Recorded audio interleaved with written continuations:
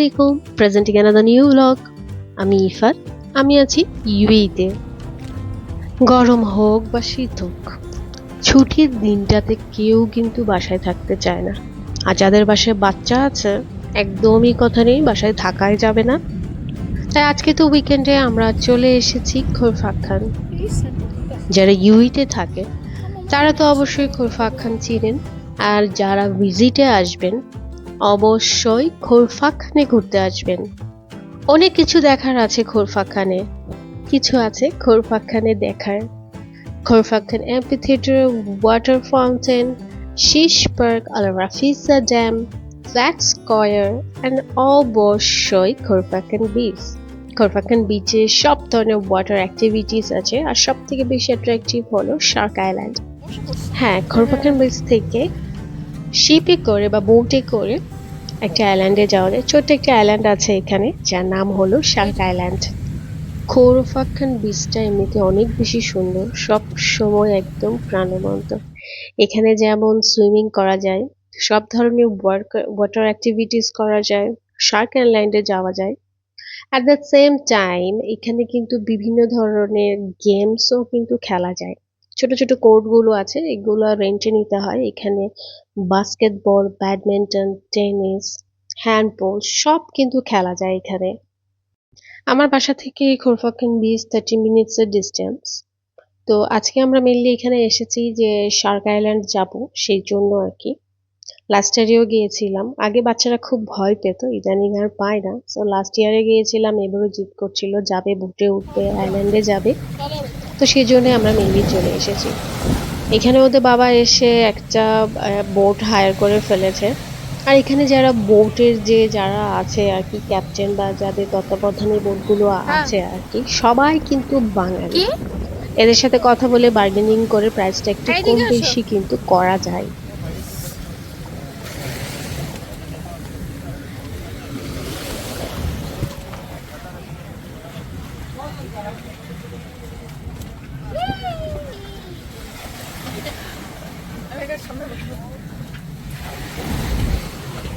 হেই,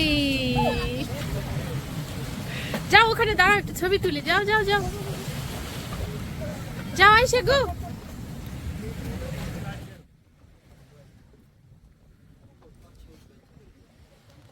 বোটে উঠে বসে পড়েছিলাম, কিছু ফটোশুটও করলাম।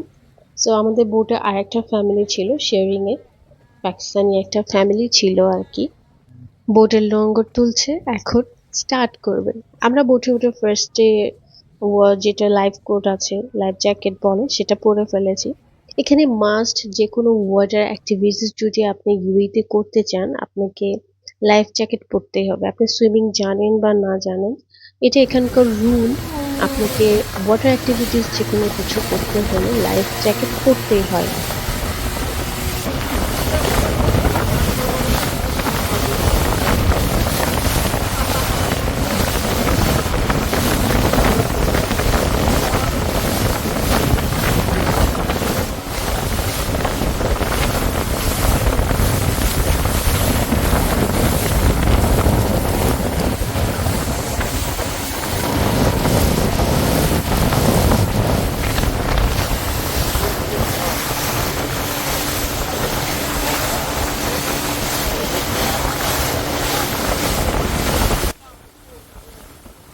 বোটে উঠতে বা শিপে উঠতে পছন্দ করে না এরকম মানুষ হয়তো বা খুব কমই আছে।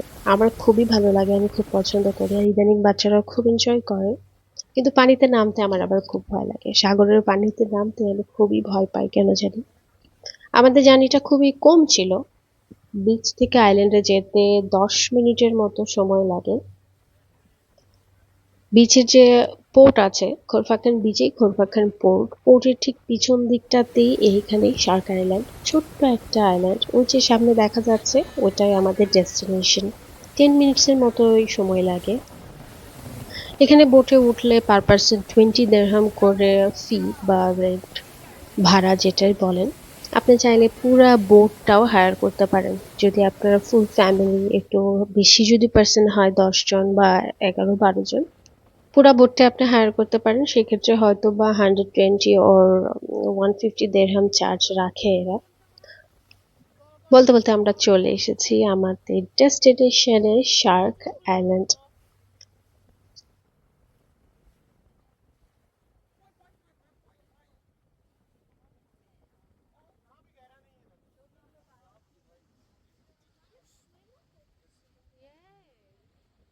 আসার পর দেখছি সবাই এখানে সুইমিং করছে, ড্রাইভিং করছে, সবই করছে। আমি আগে জানতাম না এখানে ড্রাইভিং করা যায় বা নামে এখানে সুইমিং করা যায়। আগে থেকে হয়তো বা যেত, বাট আমার এই ব্যাপারে কোনো নলেজ ছিল না। যদি এরকম হতো তাহলে অবশ্যই এরকম প্রিপারেশন নিয়ে এসে ইহান আর বাবা এগুলো বিষয়ে খুব এক্সাইটেড। ওরা হয়তো বা নামতো, এনজয় করতো। লাস্ট ইয়ার যখন আমরা এসেছিলাম, আমরা এখানে এসে আইল্যান্ডে আমাদেরকে নামিয়ে দিয়েছিল, অনেকটা সময় আমরা এখানে স্পেন্ড করেছিলাম, তারপর আবার এখান থেকে আমাদেরকে পিক করেছিল। কিন্তু এইবারে কি হয়েছে, আমাদেরকে আইল্যান্ডে নামতে দেয়নি।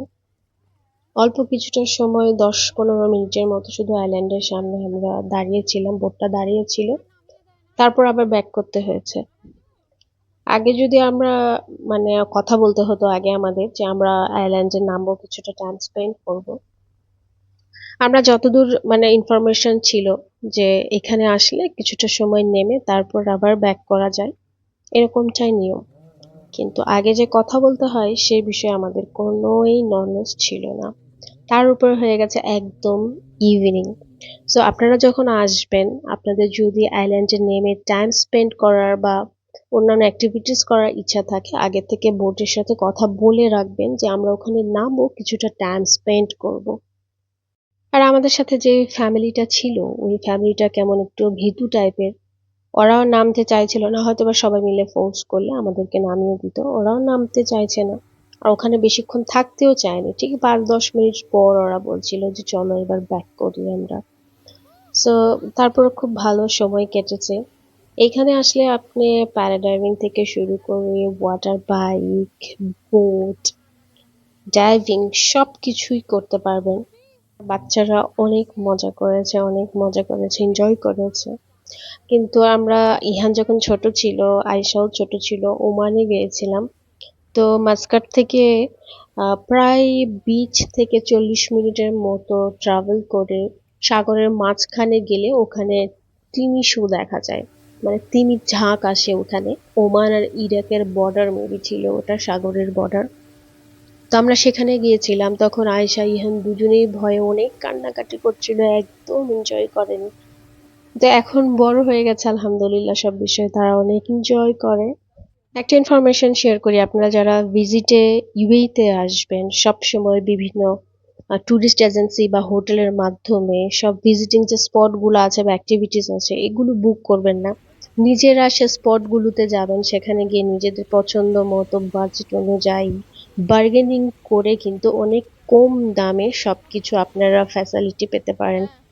সেটা পামজমায় ইয়ার্ড বা শিপ, বোট বুকিং এর ক্ষেত্রে হোক, বা ডেজার্ট সাফারিতে আসার ক্ষেত্রেই হোক, বা এরকম বিভিন্ন জায়গায় বোটে ওঠা বা রিসর্ট ভাড়া করা, বা যেই বিষয়গুলোতেই হোক, নিজেরা স্পটে যাবেন বা নিজেরা অনলাইনে সার্চ করে আপনারা বুক করবেন, তাহলে দেখবেন আপনাদের খরচটা অনেক বেশি কমে যাবে। নামার পর বোট থেকে ইহানকে জিজ্ঞেস করছি কেমন লাগলো তোমার, এনজয় করেছো? ও বলছে অনেক এনজয় করেছি, আমি আবার যেতে চাইছি এখনই, আমার খুব ভালো লেগেছে। যাক আলহামদুলিল্লাহ, এটাই তো প্রাপ্তি।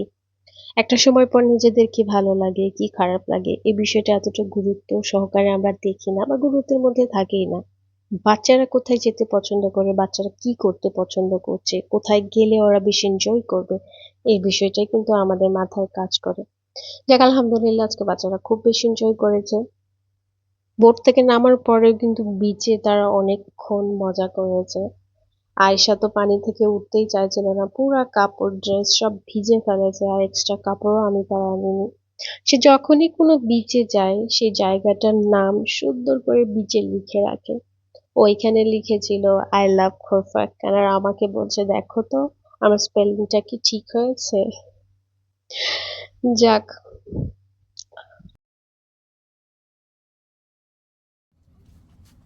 বিচে অনেকক্ষণ খেলার পর শিলার ওর বাবা চলে গেল নামাজে, আর আমি আয়শাকে নিয়ে চলে গেছি ওয়াশরুমে, কারণ পুরো ড্রেস নোংরা করে ফেলেছে, ভিজে ফেলেছে, এক্সট্রা কোনো ড্রেস আনিনি।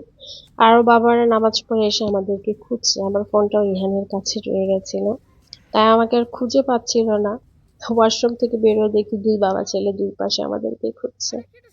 এখানে আয়শার সামনে দেখেছে একটা আইসক্রিম স্টল, তো ও এখন আইসক্রিম খাবে।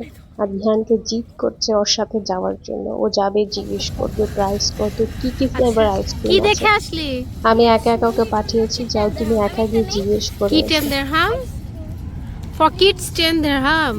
or for kids এর জন্য কি ছোট আইসক্রিম আর অ্যাডাল্টের জন্য বড় আইসক্রিম এরকম কিছু? Adults is 1 to 20. But adults are not interested.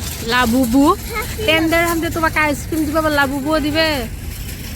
আরে বাবা, বোঝা যাচ্ছে কি আইসক্রিম দিবে তোমাকে, বুঝছো? I don't have bag. Baba is also not there. Dubai chocolate labubu ice cream. জিনিসের কোয়ালিটি যদি ভালো হয়, টেস্ট ভালো হয়, এবং এটা যদি হেলদি হয়, তাহলে বাচ্চাদেরকে আমি কিনে দিতে কখনো কার্পণ্য করি না। বাট জিনিসটা ভালো না, টেস্টও ভালো না, এরকম জিনিস এক গাদা প্রাইস দিয়ে কিনে দিতে আসলে আমি রাজি না। আমার কেমন জানি লাগে, আমি সহজে রাজি হই না এসব জিনিস কিনে দিতে। ও ঠিকই ওর বাবাকে নিয়ে গিয়ে আইসক্রিম নিয়ে এসেছে। এতটুকু এক কাপ আইসক্রিমের প্রাইস ছিল 20 দিরহাম, আর টেস্ট ছিল একদম বাজে। মনে হচ্ছিল যে একদম শুধু পানি, চিনি আর দুধ মিক্সড করে রেখেছে, কোনো রকম ফ্লেভার নাই, কিচ্ছু নাই। বাট খাবে জিদ করছিল। এখান থেকে আমরা চলে গেলাম বিদিয়াতে, আমাদের নার্সারির ওখানে। তো ওখান থেকে only 10 minutes ড্রাইভ বিদিয়া। তো ওখানে সাইফুল ভাই ছিলেন, উনি বারবার ফোন করছিলেন যাওয়ার জন্য, যে আসো সবাই মিলে একসাথে ডিনার করি, তারপর চলে যাই। নার্সারির এত কাছে এসেও জামানো চায় যে একটু নার্সারি থেকে গিয়ে ঘুরে আসবে। নিজের প্রতিষ্ঠান হলে যা হয়, একটা এক্সট্রা মায়া তো সব সময় কাজ করে। আমরা এখানে ডিনার করলাম সবাই একসাথে, তারপর ডিনার করে সোজা চলে গেছি কালবাতে। কালবাতে চলে এসেছে, রাত তো অনেক হয়ে গেছিল, 10:30 11টা বাজে। আর এর মধ্যে আমার লন্ড্রিতে শাড়ি দেওয়া ছিল, অনেক আগে গিয়েছিলাম ড্রাই ক্লিন করার জন্য, কিন্তু আমার একদমই খেয়াল ছিল না। সো রাস্তায় যখন আছি তখনই আয়শা আমাকে খেয়াল করে দিচ্ছে, মাশাআল্লাহ, যে তোমার তো শাড়ি দেওয়া ছিল লন্ড্রিতে, তুমি কি শাড়িটা নিতে চাও না? যে হ্যাঁ অবশ্যই, তোমার মনে আছে? আমার তো একদমই খেয়াল ছিল না, আমার আসলে মাথা থেকে কথাটা বেরিয়ে গেছিল। তো আজকে ভাবলাম লন্ড্রি থেকে শাড়িটা নিয়ে যাই। এই যে লন্ড্রিটা, সেই 15 বছর থেকে এই লন্ড্রিতে আমাদের যাবতীয় সব সার্ভিস দেওয়া হয়, বেশ পরিচিত।